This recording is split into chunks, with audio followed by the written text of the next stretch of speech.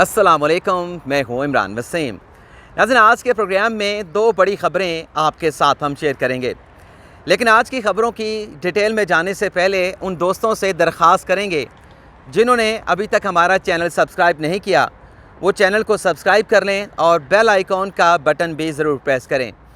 नाज़रीन, आज 7 जून है, दिन है मंगल का और साल 2022। नाज़रीन, अगर हम पहली ख़बर की बात करें तो आज सुप्रीम कोर्ट ऑफ पाकिस्तान, जो कि मुल्क की सबसे बड़ी अदालत है, आज सुप्रीम कोर्ट में वज़ीर आला खैबर पख्तूनख्वा महमूद ख़ान के ख़िलाफ़ 422 जानों के कत्ल के अनोखे मुकदमे की समाअत हुई। आज की समाअत का अहवाल तो आगे चल के आपके साथ हम शेयर करेंगे, लेकिन उससे पहले ये जो 452 जानों के कत्ल का अनोखा मुकदमा है खैबर पख्तूनख्वा के वज़ीर आला के ख़िलाफ़, इसका मैं मुख्तसर सा जो बैकग्राउंड है, जो पस मंज़र है, वो आप नाज़रीन की खिदमत में पेश करना चाहूँगा। ये नाज़रीन मुकदमे का इंदराज करवाया गया है, शहरी हैं सफ़ीउल्लाह ख़ान नामी, इनकी जानिब से वज़ीर आला खैबर पख्तूनख्वा के ख़िलाफ़ ये मुकदमे का इंदराज करवाया गया है। और सफ़ीउल्लाह ख़ान नाज़रीन शहरी हैं, रिहायशी हैं सवात के इलाका मटा डेरी के। और आज इस केस की नाज़रीन मुख्तसर समाअत हुई और इसकी वजह ये थी कि जो सफ़ीउल्लाह ख़ान के वकील हैं बैरिस्टर गोहर, उनकी फ़ैमिली में किसी का इंतकाल हुआ था, तो दरख्वास्त गुज़ार के वकील की अदम दस्तयाबी की वजह से इस केस की समाअत को आज अदालत उज़्मा के 3 रुकनी बेंच, जिसमें चीफ जस्टिस ऑफ पाकिस्तान थे, जस्टिस मोहम्मद अली मज़हर और जस्टिस आयशा मलिक, 3 रुकनी बेंच का हिस्सा थे, तो 2 हफ़्तों के लिए इस केस की समाअत को जो है वो मुलतवी कर दिया गया है। मुकदमा नाज़रीन ये है,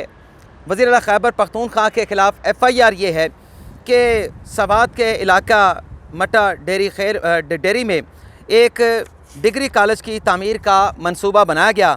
और इस कॉलेज की तामीर के लिए 20 कनाल ज़री अराज़ी जो है वो एक्वायर की गई। अब ख़ान साहब का मंशूर आपके सामने है कि ख़ान साहब ने कई मरतबा अपने जब वज़ीर आज़म थे ऐलान किया कि पाकिस्तान के अंदर एक अलमिया है कि जो ज़री ज़मीन है वहाँ पर तामीरात की जाती हैं, और ज़री ज़मीन पर तामीरात की वजह से एक तो हमारी जो ज़री आमदन है, जो ज़री पैदावार है, उसको नुकसान पहुँचता है, दूसरी जानिब जो पाकिस्तान के माहौलियाती मसाइल हैं उसमें भी बड़ी तेज़ी के साथ इजाफ़ा होता है। और ग़ालिबन इन्हीं माहौलियाती मसाइल मुश्किलात को देखते हुए ख़ान साहब की जानिब से बिलियन ट्री सुनामी का एक तारीख़ी प्रोजेक्ट जो है वो शुरू किया गया। नाज़रीन, दरख्वास्त गुज़ार फसीउल्लाह ख़ान का ये कहना है कि कॉलेज की तामीर के लिए जिस ज़री ज़मीन का 20 कनाल की ज़री ज़मीन का इंतखाब किया गया, एक्वायर की गई सरकारी सतह पर,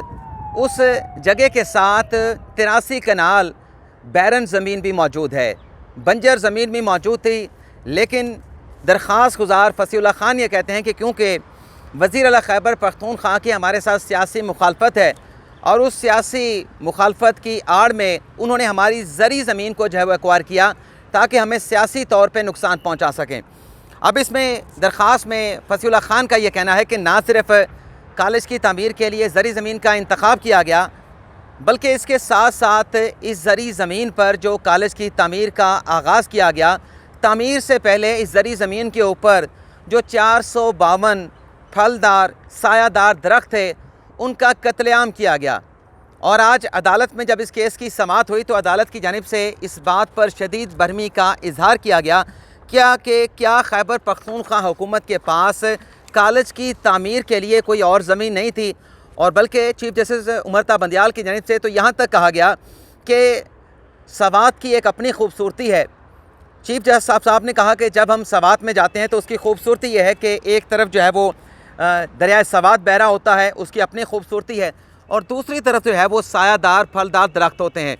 चीफ साहब ने कहा कि जब भी सवात हमारा जाना हुआ तो मैं वो जो बागात होते हैं वहाँ पे रुक के उन बागात के लगे हुए दरख्तों के साथ जो फल लटके होते हैं, सेब के दरख्त होते हैं, पीच के दरख्त होते हैं, मैं कई मरतबा अपनी गाड़ी को रोक के उन बागात में जाता हूँ, उन हरे भरे रंग बिरंगे दरख्तों को देखता हूँ, उन फलों को देखता हूँ, तो उससे दिल को बड़ी तस्कीन मिलती है। तो चीफ साहब ने कहा कि सवात की जो खूबसूरती है, बजाय इसके कि आप उसको बहाल करें, आप उसकी खूबसूरती को इस तरीके से नुकसान पहुँचा रहे हैं। क्या आपके पास कोई बंजर ज़मीन दस्तयाब नहीं थी? तो सरकारी वकील जो कि एडवोकेट जनरल खैबर पख्तूनख्वा शुमाइल भट्ट अदालत में मौजूद थे, उनकी जानिब से इस बात का एक तो एतराफ़ किया गया कि कॉलेज की तामीर के लिए 452 फलदार सायेदार दरख्तों को काटा गया है। अच्छा, अदालत ने पूछा उनसे कि ये दरख्त जो थे वो कौन से फल के थे। तो एडवोकेट जनरल ने अदालत को बताया कि ये पीच के दरख्त थे, आड़ू के दरख्त थे जिन्हें काटा गया है। लेकिन साथ ही उन्होंने अदालत को इस बात की यकीन दहानी भी करवाई कि अगर 452 दरख्त काट दिए गए हैं तो इसके तलाफ़ी में हम 100 जो है वो दरख्तों के सैम्पल्स वहाँ पे लगाएंगे। यानी जो बड़े बड़े दरख्त थे 452 उन्हें काट दिया गया और उनकी जगह पर एक दरख्त के एवज़ जो है वो 100 छोटे छोटे दरख्त जो है वहाँ पे लगाए जाएंगे। ये एडवोकेट जनरल खैबर पख्तूनख्वा ने आज अदालत को यकीन दहानी कराई है। लेकिन चीफ साहब ने कहा कि आप तो रियासत हैं, खैबर पख्तूनख्वा की हुकूमत के पास वसाइल मौजूद है, बजाय इसके कि आप इस ज़री ज़मीन का इंतखाब करते, इन फलदार सायादार दरख्तों को काटते, आप किसी पहाड़ी के ऊपर, और आपको पता है नाज़रीन के जो खैबर पख्तूनख्वा के पहाड़ हैं वो मिट्टी के पहाड़ हैं, उन्हें काटा भी जा सकता है, उन्हें ज़मीन बोस भी किया जा सकता है। तो अदालत गालिबन ये कह रही थी कि आप किसी पहाड़ी के ऊपर जो है इस कॉलेज को बना सकते थे, दरिया के दूसरे पार बना सकते थे। तो सरकारी वकील ये कह रहे थे कि अगर दरिया के दूसरे पार बनाते तो वहाँ पर स्टूडेंट का पहुँचना जो है वो मुश्किल हो जाता। लेकिन बहरहाल अदालत ने केस की समाअत को जो है वो 2 हफ़्तों के लिए मुलतवी कर दिया है और कहा है अदालत ने कि ये पॉलिसी मैटर है, हम इसमें मुदाखलत नहीं करेंगे, लेकिन ऐसा नहीं होना चाहिए था। अब आप देख लें कि खान साहब का विजन वो बिलियन ट्री सुनामी और दरख्त लगाए गए लाखों की तादाद में, करोड़ों की तादाद में, लेकिन दूसरी तरफ जो खैबर पख्तूनख्वा के वज़ीर आला हैं वो सियासी दुश्मनी में क्या कर रहे हैं कि 452 दरख्त जिससे लोगों को साया भी मैसर था, 452 दरख्त जिससे फल भी जो है वो मिल रहे थे, फल भी वो दे रहे थे दरख्त, लेकिन उन्हें काट दिया गया। जिस तरीके से दरख्वास्त गुजार का इल्ज़ाम है कि सियासी दुश्मनी में ये सब कुछ किया गया। 83 कनाल की बैरन ज़मीन वहाँ पर दस्तियाब थी, लेकिन उसका इंतखाब नहीं किया गया क्योंकि हमारे साथ सियासी मुखालफत है। तो हमें नुकसान पहुँचाने के लिए ये फ़ैसला जो है वो CM खैबर पख्तूनख्वा महमूद खान, जिनका ख़ुद का ताल्लुक़ भी सवाद से है, उन्होंने ये फ़ैसला खुद करवाया ताकि हमें सियासी तौर पे नुकसान पहुंचा सकें। आज जब केस की समाअत चल रही थी तो जस्टिस मोहम्मद अली मज़हर और जस्टिस आयशा मलिक की जानिब से कहा गया, बल्कि अफसोस का इजहार किया गया कि 452 दरख्त काटे गए हैं और ये दरख्त काटने से पहले और साइट को जो है वो अप्रूव करने से पहले जो इन्वायरमेंट का जो एक महकमा है उससे असेसमेंट रिपोर्ट भी हासिल नहीं की गई। लेकिन बहरहाल अब देखते हैं कि 2 हफ़्तों के बाद इस केस की समाअत होनी है तो क्या डेवलपमेंट होती है वो भी आपके साथ हम शेयर करेंगे। लेकिन जो दूसरी खबर है जो चेयरमैन नैब की तैनाती से मुतल्लिक है, आज नाज़रीन इस्लामाबाद हाई कोर्ट में दरख्वास्त गुजार नदीम सरवर ने, जिन्होंने कल चेयरमैन नैब की तैनाती के मामले पर इस्लामाबाद हाई कोर्ट में दरख्वास्त दायर की थी, उस दरख्वास्त को नाज़रीन इस्लामाबाद हाई कोर्ट ने नाकाबिले समाअत करार देते हुए मुस्तरद कर दिया है, खारिज कर दिया है। दरख्वास्त गुजार नाज़रीन नदीम सरवर का यह कहना था कि हुकूमत नए चेयरमैन नैब की तैनाती करने जा रही है और नए चेयरमैन नैब की तैनाती का जो अमल है उसका आगाज़ कर दिया गया है। दरख्वास्त गुजार ये मुद्दा लेके, ये नुक्ता लेके अदालत के पास गए थे कि चेयरमैन नैब की तैनाती में चीफ जस्टिस ऑफ पाकिस्तान की मुशावरत होनी चाहिए। और आज जब केस की समाअत चल रही थी तो दरख्वास्त गुजार ने अदालत से कहा कि सुप्रीम कोर्ट का 20 साल पहले का फ़ैसला मौजूद है जिसमें अदालत उस्मा ये करार दे चुकी है कि चेयरमैन नैब की तैनाती में चीफ जस्टिस की मुशावरत होनी चाहिए। लेकिन चीफ जस्टिस अतर मिनल्ला की जानिब से जो इस केस की समाअत कर रहे थे उनकी जानिब से कहा गया कि एक तो ये फ़ैसला 20 साल पुराना है और 20 साल पुराने इस फैसले के बाद नैब चेयरमैन नैब की तैनाती से मुतल्लिक सुप्रीम कोर्ट के और भी बहुत सारे फ़ैसले आ चुके हैं। और जो अहम रिमार्क्स दिए गए, ऑब्जर्वेशन दी गई, वो चीफ जस्टिस ने यह दी कि ये जो आप कह रहे हैं कि चीफ जस्टिस के साथ मुशावरत होनी चाहिए, ये सुप्रीम कोर्ट का कोई हुक्म नहीं है बल्कि सुप्रीम कोर्ट की एक ऑब्जर्वेशन है। और साथ ही चीफ जस्टिस अतर मिनल्ला का नाज़रीन दरख्वास्त गुजार से ये भी कहना है कि चेयरमैन नैब की जो तैनाती है वो पार्लियामेंट का अख्तियार है। ये अदालत पार्लियामेंट के अख्तियार में कैसे मदाखलत कर सकती है, क्योंकि नाज़रीन नैब के कानून में ये लिखा है कि चेयरमैन नैब की जो तैनाती है वो वज़ीर आज़म और अपोजिशन लीडर की मुश्तरका मीनिंगफुल बामानी मुशावरत के साथ मुकम्मल की जाएगी।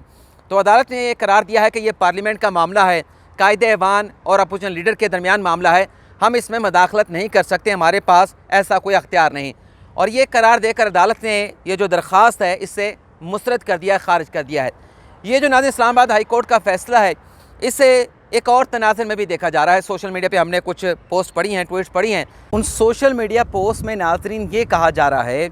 कि चंद रोज़ पहले जो सुप्रीम कोर्ट में एक मुकदमे की समाअत के दौरान